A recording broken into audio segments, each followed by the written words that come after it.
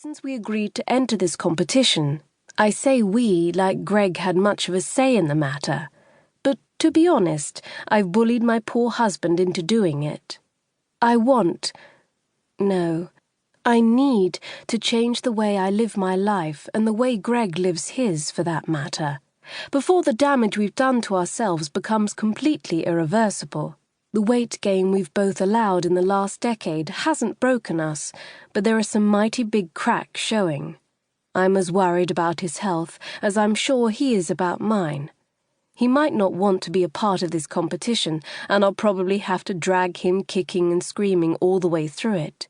But I know he'll do it for me, and I know it's the right thing for both of us.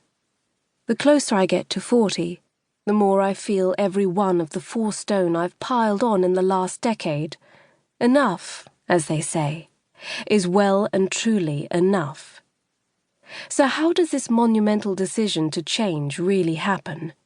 How does Zoe Milton, a woman who's become more and more painfully self-conscious in recent years, agree to take part in a competition that will air all her dirty, oversized laundry in public for the next 6 months? It starts late last year with a dress, and a great deal of mindless optimism. It was a lovely evening dress from Marks & Spencer, one I've had my eye on for several weeks now. Sharon's Christmas bash in town is only 3 days away, and I decide that I'll look bloody fantastic in this dark green silky number, with the pretty pattern running down the straps.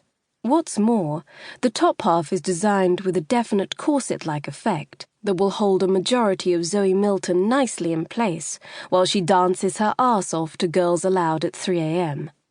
This will prevent a repeat performance of what Greg likes to refer to as the titty flop trauma of New Year's Eve 2010, when the flowery dress I'd bought from H&M decided to give up its futile resistance against my ample bosom, and gave way at 2 of the main seams. This provided my cousin Jeff with a clear view of my left tit as I swung past him during the chorus of Come On Eileen.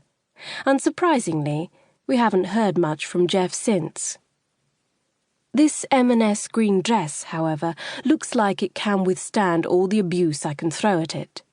Even as I admire it on the hanger, the emerald silk glittering under the bright arc sodium lights of the ladies' clothing section, I can tell it's going to be sturdy, steadfast, and perfectly suited for the job.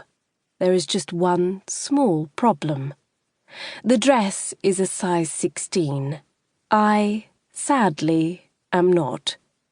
Not anymore. I sloped over the threshold into the dreaded world of the size 18 lady about a year ago. It's been a good few months since I last plucked up the courage to stand on the scales, but I'm pretty sure the chances of me having lost any weight are next to none, given that I've done about as much exercise as half the cast of Super Size versus Super Skinny lately. Inevitably, there are no bigger sizes of the dress available in the shop. A quick consultation with Google suggests that M&S don't actually make a size 18 version of it at all. It's absolutely heartbreaking. But I want this dress, damn it! Just for once, I'd like to go out in something that makes me feel just a little bit sexy, a little bit confident, a little bit more like the girl I used to be before I wound up in this tired, unhappy body. Sod it. I'm trying the bloody thing on anyway. You never know. Dress sizes are always different shop to shop, so I might get lucky and find out that M&S have decided to start taking pity on the fat people of England and are now being generous with their size charts. With determination and hope, I march off to the dressing rooms, with the green evening gown billowing in my wake. "Good morning, madam." The skinny blonde shop assistant greets me when I reach the changing rooms at the back of the store. "How many items have you got today?" "Just this dress," I tell her, waving the object in question in her face. "Okay, that's fine." She replies in a disinterested tone and hands me a plastic hook with the number 1 written on it. "Feel free to use any of the cubicles." She pauses and looks me up and down. I know what's coming next.